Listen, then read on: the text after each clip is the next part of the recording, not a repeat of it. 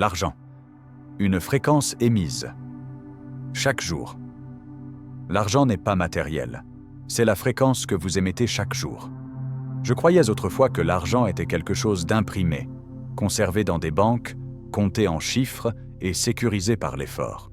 Mais un jour, sans prévenir, une question a émergé dans mon esprit, doucement mais puissamment. Si l'argent est vraiment matériel, pourquoi y a-t-il des personnes qui font si peu et ont plus que suffisamment, tandis que d'autres travaillent toute leur vie et luttent encore? Cette question n'exigeait pas de réponse immédiate, car elle ouvrait une porte vers un niveau de conscience supérieur où j'ai compris que l'argent n'est pas matériel. C'est de l'énergie.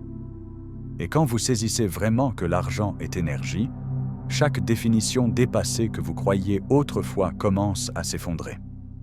L'argent ne vient pas du travail que vous faites. Il vient de qui vous êtes quand vous le faites. Il ne répond pas aux efforts que vous montrez à l'extérieur, mais à la fréquence que vous émettez silencieusement de l'intérieur. L'argent n'écoute pas les mots que vous dites, mais il comprend clairement la vibration dans laquelle vous vivez. Imaginez ceci. Si la vie est une musique, alors l'argent est une note qui ne résonne que lorsque vous vous harmonisez véritablement avec la mélodie de l'abondance. Il ne vous poursuit pas. Il ne se cache pas de vous. Il cherche simplement quelqu'un qui sait comment s'accorder. Et si vous lisez ces mots, alors peut-être, comme je l'ai fait autrefois, commencez-vous à vous souvenir de quelque chose d'ancien que votre âme a toujours su, que la prospérité n'est pas un objectif à atteindre, mais un état qui a toujours existé en vous. Comme une fleur n'a pas besoin d'apprendre à fleurir parce que fleurir est sa nature, vous n'avez pas besoin d'apprendre à devenir riche. Vous avez seulement besoin de vous rappeler votre nature inhérente d'abondance. La richesse commence par la gratitude et la préparation à recevoir. Laissez-moi vous raconter l'histoire d'Éléonore, une femme qui vendait des herbes sur un marché animé il y a longtemps. Chaque matin, elle comptait soigneusement les pièces qu'elle gagnait, croyant que la richesse était aussi certaine que les pièces métalliques dans ses mains, jusqu'à ce qu'un matin, un voyageur mystérieux apparaisse et dise « Je ne vends rien que vous puissiez toucher, mais je vends tout ce que vous pouvez imaginer. » Cette phrase a frappé la conscience d'Éléonore comme un éclair. Elle a commencé à voir les pièces dans ses mains non plus comme des choses tangibles, mais comme des vaisseaux contenant un courant invisible d'énergie. À partir de ce jour, sa petite boutique n'a pas changé de forme physique, mais en elle, tout s'est transformé. Son esprit ne se fixait plus sur le manque, mais commençait à raisonner avec l'abondance. Et alors, sans effort supplémentaire, plus de clients sont venus et l'argent a afflué aussi naturellement que l'eau, simplement parce qu'elle ne vivait plus dans la vibration de la pénurie. J'étais autrefois comme Harold, un humble facteur avec un salaire modeste. Il n'avait rien que vous appelleriez richesse si vous regardiez son compte bancaire. Mais dans son âme, Harold vivait comme quelqu'un qui avait déjà assez. Il voyait la richesse dans la lumière du matin, dans le rire des enfants, dans la douce brise qui passait alors qu'il marchait dans la rue. Puis un jour, il a reçu un héritage inattendu. Mais pour Harold, ce n'était que la manifestation matérielle de quelque chose qu'il ressentait depuis longtemps dans son esprit. Et ceux qui l'entouraient ont remarqué qu'Harold n'avait pas changé après avoir acquis de l'argent, car il portait déjà l'énergie de la richesse avant que le physique n'arrive. Je vous raconte ces histoires, non pas pour vous inciter à copier leurs actions, mais pour vous rappeler ceci. L'argent ne répond pas à l'effort. L'argent répond à la fréquence. Il n'entend pas « j'ai besoin d'argent », mais il vous entend haut et clair quand votre cœur vibre avec l'état de « je suis prêt à recevoir ». C'est pourquoi la première chose que je fais chaque matin n'est pas de vérifier mes emails ou de dresser des listes de tâches, mais de passer quelques minutes en silence, fermer les yeux et visualiser l'argent. Non pas comme du papier ou des chiffres, mais comme un flot de lumière dorée coulant vers moi, doucement, naturellement, sans force. Je ne le tire pas, je ne le poursuis pas. Je m'ouvre simplement pour qu'il puisse revenir. Et quand vous pratiquez cela chaque jour, non pas pour faire de la magie, mais pour recalibrer votre fréquence vivante, vous commencerez à sentir quelque chose de miraculeux. Vous ne vous sentirez plus stressé en pensant à l'argent. Vous ne vous contracterez plus à chaque fois que vous dépensez. Vous n'envierez plus les riches ou n'aurez plus honte de votre situation financière. Au lieu de cela, vous sentirez l'argent venir à vous à sa façon, en harmonie avec l'univers, parce que vous vous êtes aligné avec lui. Chaque pensée est un signal magnétique attirant des résultats financiers. Il y a quelque chose que je veux que vous écoutiez très profondément. Pas avec vos oreilles, mais avec votre sens intérieur. Chaque pensée que vous nourrissez quotidiennement n'est pas seulement une activité mentale fugace, mais un signal, un champ électromagnétique invisible qui est diffusé et attire exactement ce que vous gardez à l'esprit. Votre esprit ne fait pas que penser, il émet des ondes. Et ces ondes sont une invitation silencieuse à l'univers. Voici ce que je suis prêt à recevoir. Donc, si vous sentez que vous vivez dans le manque, la première chose à faire n'est pas de trouver un deuxième emploi. C'est d'examiner de plus près quelle fréquence vous transmettez chaque jour. Je me souviens d'une femme qui vivait dans un petit appartement donnant sur un parc Dorothy. Chaque matin, elle s'asseyait près de son vieux piano, ses doigts n'étant plus aussi agiles qu'avant, mais son cœur jouant encore les délicates mélodies d'une époque dorée. Un jour, elle décida de changer. Non pas en essayant de faire quelque chose de grandiose, mais simplement en commençant à se dire chaque matin quelques affirmations simples mais puissantes. Je suis un aimant pour la prospérité. L'argent coule vers moi naturellement. Je mérite la richesse sous toutes ses formes. Au début, ces mots sonnaient étrangement, comme une mélodie discordante que son esprit n'était pas encore prêt à accepter. Mais elle n'a pas arrêté. Elle répétait chaque ligne chaque matin, comme un artiste pratiquant une nouvelle composition. Et puis quelque chose d'extraordinaire s'est produit. Pas de l'extérieur, mais de l'intérieur. La voix à l'intérieur de Dorothy a commencé à croire. Et à partir de ce moment-là, sa vie a commencé à changer. Non pas parce qu'elle avait acquis de nouvelles compétences, mais parce que la fréquence qu'elle émettait avait complètement changé. Vous ne le remarquez peut-être pas, mais chaque pensée que vous répétez génère un champ magnétique. Quelqu'un qui s'inquiète constamment de l'argent émet la fréquence de « je n'ai pas assez ». Et l'univers, comme un enregistreur honnête, ne demande pas si vous voulez vraiment la pénurie. Il reflète simplement la fréquence exacte que vous avez transmise. Des situations de manque, des factures inattendues, des obstacles sans nom. D'autre part, lorsque vous pensez avec le sentiment de « je me dirige progressivement vers l'abondance », ce flux d'énergie commence à réarranger des choses que vous n'auriez jamais cru possibles. Les croyances héritées de pauvreté doivent être réécrites.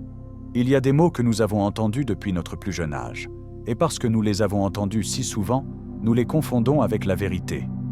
L'argent ne vient pas facilement. Les riches ne sont généralement pas de bonnes personnes.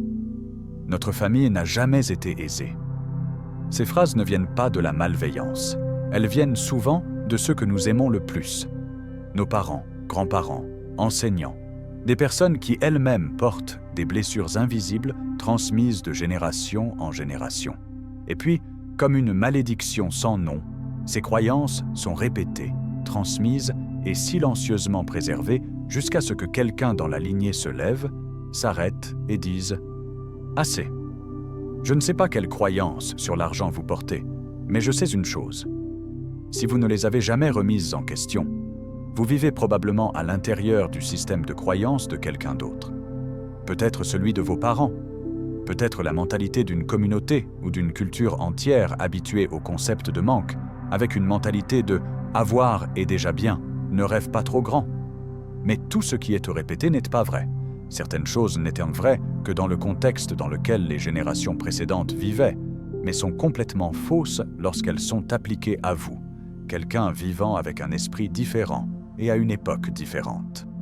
L'argent est un flux. Quand il ne circule pas, il devient un fardeau. Il existe un principe que tout le monde a entendu à un moment de sa vie.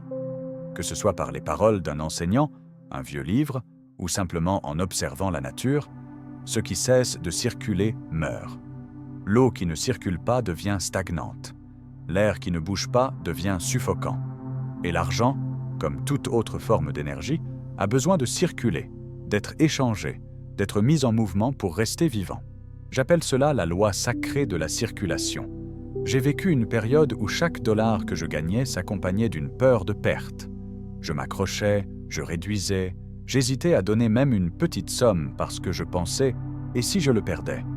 Mais j'ai réalisé que lorsque vous vous accrochez à l'argent par peur, vous bloquez inconsciemment le flux qui lui permet de revenir. Vous ne devenez pas riche en thésaurisant.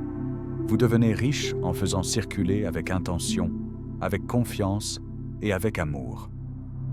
L'argent est un miroir honnête reflétant votre monde intérieur.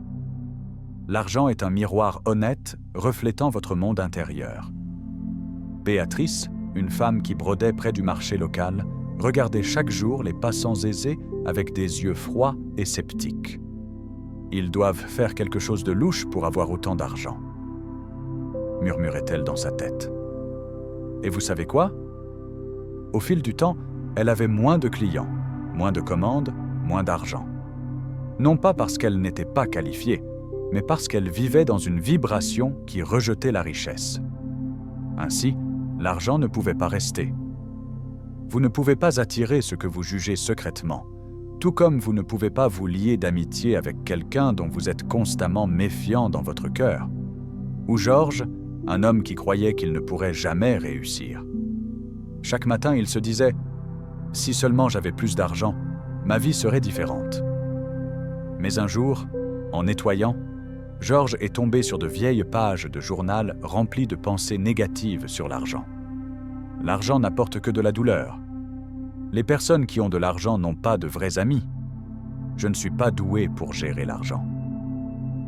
En lisant ses propres mots, il a été stupéfait. Le monde ne s'était pas retourné contre lui. Il s'était retourné contre sa propre prospérité.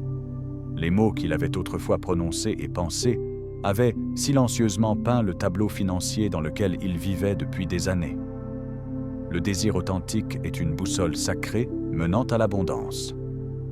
On m'a enseigné autrefois que le désir est la racine de la souffrance, que si je désirais moins, je serais moins déçu, que si je savais me contenter, je trouverais la paix.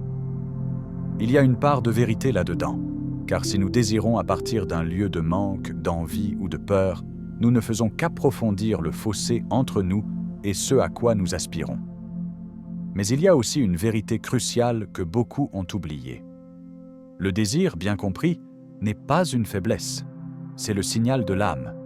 C'est une boussole sacrée qui vous guide vers la véritable expansion de qui vous êtes destiné à devenir. Essayez de vous rappeler la dernière fois que vous avez désiré quelque chose, non par manque, mais parce que votre cœur s'illuminait chaque fois que vous y pensiez. Peut-être était-ce une maison ensoleillée, un emploi significatif qui créait une vraie valeur, ou un flux financier qui vous permettait de soutenir votre famille, de faire des dons à des œuvres caritatives et de vivre plus pleinement. Dans ces moments, ce que vous ressentiez n'était pas du vide, c'était la vie, c'était le mouvement, c'était une connexion à une version plus profonde de vous-même. Ce genre de désir, nourri avec calme et confiance, ne cause pas de souffrance. Il vous ramène à la vie. Et c'est le signal le plus clair que vous vous ouvrez au flux de la vraie abondance. Les opportunités financières apparaissent quand vous croyez vraiment que vous en êtes digne. Il y a un paradoxe que j'ai réalisé après des années de vie et d'observation. Lorsque la vraie richesse approche, beaucoup de gens reculent. Ils ne se précipitent pas vers elle. Ils n'ouvrent pas leurs bras pour la recevoir. Ils hésitent, se confondent, ont peur, se demandant s'ils la méritent, si cela pourrait être un piège, s'ils pourront s'y accrocher. Et juste comme ça, au moment même où la porte s'ouvre, ils se détournent. Non pas parce qu'ils n'en veulent pas, mais parce qu'ils ne sont pas prêts à franchir une porte qui mène à une nouvelle version d'eux-mêmes. Saviez-vous que les choses pour lesquelles vous priez, que vous affirmez et visualisez, se dirigent progressivement vers vous, mais apparaissent rarement sous une forme familière? Elles ne frappent pas en annonçant « Je suis la richesse que vous avez demandée ». Elles arrivent généralement déguisées en invitations, en opportunités incertaines, en situations qui testent si vous croyez vraiment en vous-même. Et dans ce moment, connu sous le nom de seuil, vous n'avez que deux choix, avancer ou reculer. Transformez les difficultés financières en une chance de faire renaître votre énergie. Si vous avez déjà fixé les chiffres froids de votre compte bancaire, passé des nuits blanches à vous demander comment vous allez payer les factures ce mois-ci, ou senti que la vie resserrait son emprise autour de votre cou avec la pression financière, alors je veux que vous fassiez une pause un moment et que vous entendiez ceci. Les difficultés financières ne sont pas seulement un problème matériel. C'est une leçon spirituelle et, comme toute leçon spirituelle, si vous êtes assez éveillé, vous pouvez non seulement y survivre, mais la transformer à la racine par votre propre énergie et conscience. Je ne nie pas la réalité. Je sais qu'il y a des moments où nous avons besoin d'argent pour payer les factures, élever des enfants et faire avancer la vie. Mais je sais aussi quelque chose de plus profond. La pénurie prolongée n'est pas due au fait que vous n'êtes pas capable. C'est parce que vous n'avez pas encore appris à maîtriser l'énergie qui crée cette situation. Vous avez peut-être appris à gagner de l'argent, mais maintenant il est temps d'apprendre à diriger votre énergie intérieure. L'endroit où tout véritable flux d'argent commence. Vous êtes la source d'énergie et l'argent est la réponse à cette fréquence. Nous passons tant d'années à chercher des ressources, des opportunités, du soutien, une issue, mais peut-être que la dernière chose, et aussi la toute première chose dont nous devons nous souvenir, est celle-ci. Vous êtes la source. Pas cet emploi, pas cet investissement, pas le patron que vous admirez ou le partenaire que vous attendez. Tout ce qui entre dans votre vie, argent, relations, opportunités, n'est qu'un reflet de quelque chose de plus profond. Votre fréquence interne. Lorsque vous changez votre fréquence, le monde change avec vous. Lorsque vous vous tenez fermement comme une source émettant une énergie claire, l'univers n'a d'autre choix que de répondre en harmonie. Je ne dis pas cela comme un slogan, je le dis comme une vérité prouvée par ma propre vie et par les parcours de centaines de personnes que j'ai rencontrées.